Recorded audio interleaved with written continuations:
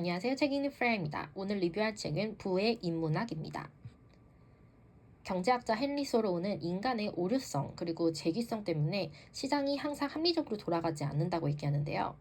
인간의 세상을 완벽하고 정확하게 볼 수 없는 그 오류성 때문에 시장은 실제 가치보다 과하게 오르거나 내리는 재기성 현상, 즉 서로의 생각과 흐름에 영향을 주는 오류의 바탕이 된 흐름이 발생한다고 했습니다. 재기적인 피드백을 들어보자면 주가가 오르면 사람들은 몰려들면서 이게 대세다 하고 믿고 더 삽니다. 하지만 이 믿음은 오류성에 어느 정도 근거했기 때문에 완전히 정확하진 않은데요. 결국 선순환 또는 악순환이 반복되면서 정확하지 않은 흐름이 계속 반복됩니다. 거품이 생성되고 터지는 과정을 겪어야 이제 주가가 다시 원래대로 돌아오는데요. 헨리 소로우는 이 착각의 단계 중 본인이 어디쯤인지 투자 단계에서 냉정하게 파악하고 투자를 해야 된다고 합니다. 정신적 모형과 투자입니다. 칸트는 순수 이성 비판에서 정신적 모형을 강조했는데요. 정확히 말하자면 인식론에 대해서 얘기했습니다. 그는 우리는 세상을 있는 그대로 보지 못하고 우리 뇌가 가진 안경, 즉 정신적 모형을 통해 세상을 본다고 하며 마치 뱀이 열감지 적외선 카메라로 세상을 보듯 투자자도 각자의 지식 체계와 각자의 정신적 모형으로 나름의 안경을 쓰고 시장을 해석한다고 했습니다. 필 테틀록의 연구에 의하면 이런 세상을 보는 모형이 많으면 많을수록 투자에 유리하다고 합니다. 전략적 사고입니다. 손자병법의 손자와 피터 린치의 조언에 따르면 진정으로 실력 있는 투자자는 이름이 알려지지 않을 정도로 쉬운 싸움 그리고 절대 지지 않는 싸움을 골라서 한다고 합니다. 개인 투자자에게 가장 쉬운 싸움은 내 집 마련인데요. 피터 린치는 집부터 사고 주식을 하라고 권유합니다. 부동산은 필수제이기 때문이죠. 주식보다 변동성이 작고 레버리지를 활용하기 좋기 때문입니다. 이처럼 여러 투자에서도 남들이 잘 모르는 나만의 강점이 있는 분야 혹은 구조적으로 이길 수밖에 없는 자산에 투자하는 것이 전략입니다. 무작정 하지 않고 전략적으로 행해야 합니다. 인플레이션입니다. 밀턴 프리드먼에 따르면 화폐 가치 하락이 결국 통화주의의 이론에서는 현금을 들고 있으면 왜 가난해지는가를 설명한다고 합니다. 돈을 풀면 물가가 오르기 때문이죠. 정부가 돈을 풀면 초기에는 경기가 다시 좋아지는 것 같지만 결국은 인플레이션이 찾아오고 예를 들어 노동 가격이 상승하고 상품 가격, 부동산, 주식 등만 올라갑니다. 정부는 부채를 어떻게든 해결하기 위해서 규제를 계속하고 화폐를 발행하지만 이는 궁극적으로는 실물 장상, 부동산, 주식 등등을 가진 사람에게만 유리하고 빈익빈 부익부만 커지게 됩니다. 경제학자 케인스에 대해서도 얘기를 하는데요.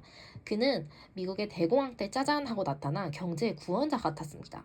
대공황 당시 실업과 경기 침체로 붕괴 위기에 처한 자본 시스템을 구해준 인물일 수도 있는데요. 그는 궁극적으로 정부가 지출을 줄여야 경제가 살아난다고 주장했습니다. 그는 이런 예시까지 들었는데요. 폐광이 있습니다. 폐광에 지폐를 묻고 정부는 어떻게든 그것을 다시 파내게 하는 식의 공공사업을 통해서라도 실업을 반드시 해결해야 된다는 역설적 비유까지 했습니다. 케인스는 또한 주식을 할 때 자신의 생각보다는 대중의 생각과 행동을 예측하는 것이 중요하다고 했습니다. 그의 전략들 중 하나는 첫 번째, 대중과 반대로 가라입니다. 두 번째, 집중 투자하라. 세 번째, 장기 투자하라.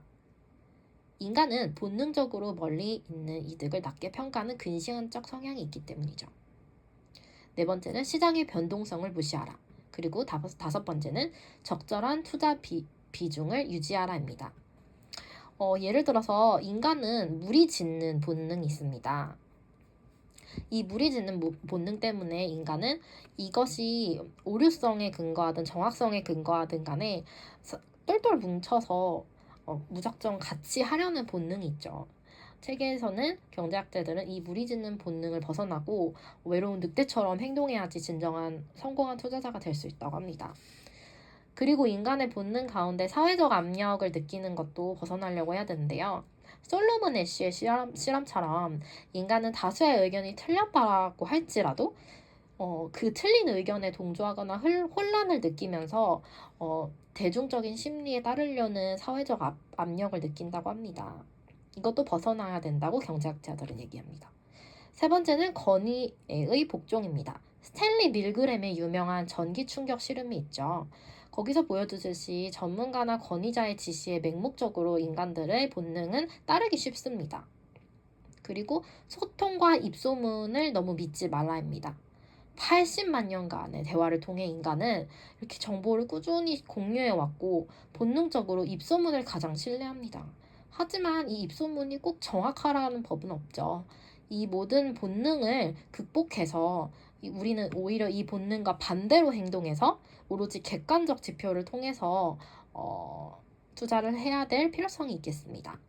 자, 여지껏 우리는 여러 경제학자들의 전략을 공유받고 우리가 왜 부자가 되지 못하는 여러 본능들을 일깨우며 전략적으로 투자를 해야 된다고 들었는데요. 우리의 뇌는 자본주의가 아닌 예전의 구석기 시대에 아직도 맞춰져 있기 때문에 본능대로 행동하면 재테크에 실패하기 때문입니다. 이 책의 핵심 메시지는 결국 이것입니다. 기술 혁신이 경제를 이끌고 시장의 원리는 냉혹합니다. 정작 우리가 부자가 되지 못하는 이유는 여러 기술 발전이 됐음에도 불구하고 구석기 시대부터 지니고 있었던 우리 내면의 본능 때문에 투자에 실패하는 것입니다. 결국 성공적인 경제생활과 투자를 위해서는 시장의 법칙을 객관적으로 정확하게 이해하는 동시에 자신의 감정적인 빠른 생각을 제어하려고 하고 이성적이고 조금은 느리더라도 본능을 이겨내고 전략적으로 해야 되는 것을 강조하고 있습니다. 이상 부의 인문학의 프레아이츠입니다. 감사합니다.